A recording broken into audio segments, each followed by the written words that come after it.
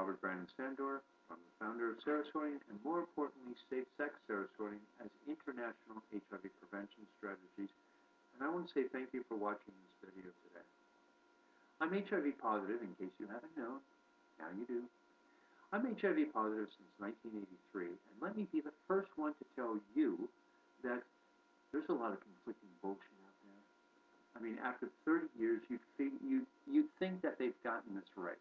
You think that the experts and professionals have actually come up with one plan that can actually meet the needs of everybody, but nope. It's like our government. Anyway, with all the conflicting information out there, what do? How do you manage your HIV status and also have sex and stop HIV at the same time? I mean, let's look at it. You're not supposed to have sex. You're supposed to remain celibate, and you're supposed to practice abstinence. What's the fun in that?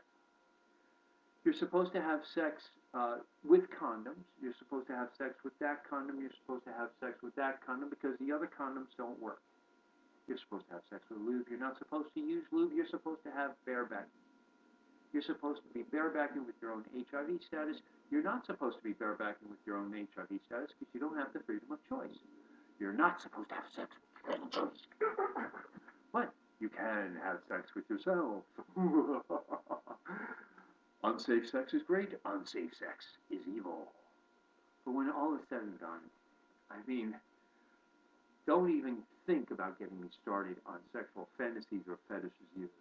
As the owner of Brandon's Pause Parties for more than a decade, I have seen my fair share of fantasies and fetishes and envelopes broken and boundaries pushed to the limits. Actually, I've partaken in a few there myself. But the truth.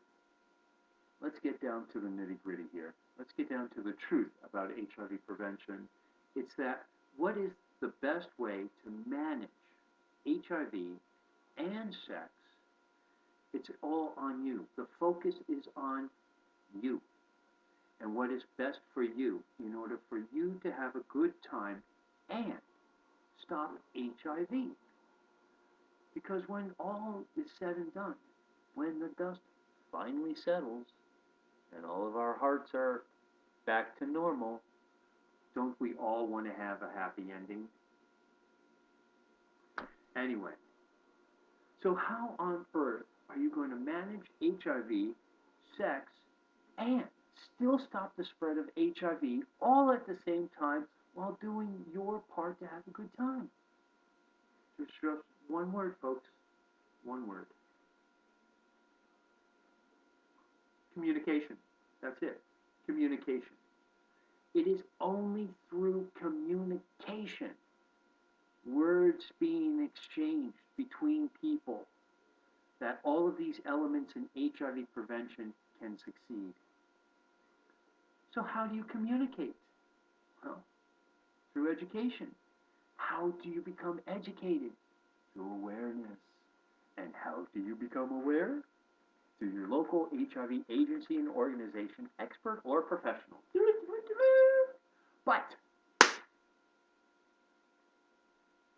what if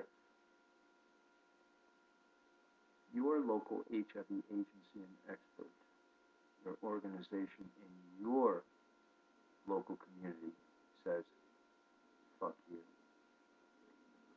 What if they tell you, hell no? What am I talking about?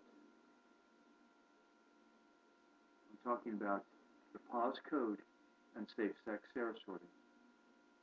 For more than a decade, those of us who've been HIV positive have been using the Pause Code as a way to disclose our HIV status to others and also to show our support to you, HIV negative people who wish to remain HIV negative. We have taken it upon ourselves to have sex with our own HIV status so we can physically break the cycle of new HIV transmissions and put an end to this once and for all. And you, that's right, yes, you. You who are HIV negative, you too have been doing your part to help support us You have been showing that by you having safe sex with other HIV negative people, you are in this together with us. So therefore, your local HIV agency and organization isn't telling you about the PAWS code. No, they're not. And your HIV agency and organization are not telling you or giving you the empowerment and freedom of choice to have safe sex with your own HIV sex. They're not communicating. They're not doing their part. So what is the role, the new role that they're going to be playing in the world of HIV prevention for tomorrow? Because when it comes down to it, we can't move forward in fighting HIV unless everybody's on board, unless the HIV agencies and organizations, experts and professionals in your local community actually join society and move forward with us. Let me give you a public service announcement here about the importance of HIV testing and the 3 forms of serosorting. And when we come back, I'll explain the new role of the HIV agencies and organizations for the future. Hello, my name is Robert Brandon Sandor, and many people were asking me, well, what's the story about serosorting and safe sex serosorting? What's the story about the 3 forms of serosorting? Well, like I mentioned earlier in other videos, there are 3 forms of serosorting. There's serosorting that you know of, which is HIV positive gay men who have unsafe sex with other HIV positive gay men. That's called serosorting. In that form, no HIV negative person has become infected with HIV, and this has been a scientific research proven fact. Then there's 2 other forms of serosorting, which are safe sex serosorting. That's when gay men, such as myself, who are HIV positive, who have safe sex with other HIV positive gay men. That's called safe sex serosorting for HIV positive men. But then there's the 3rd form of serosorting, which is another form of safe sex serosorting, and that's when HIV negative people have safe sex with other HIV negative people. That no persons become infected with HIV.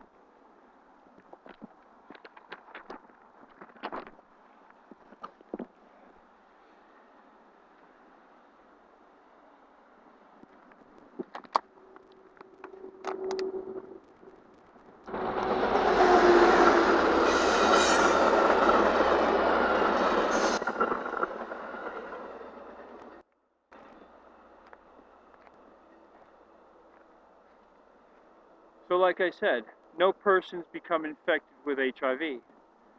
But what is step 1? What is the very first step in order to serosort or safe sex serosort? Well, it's been written on the walls.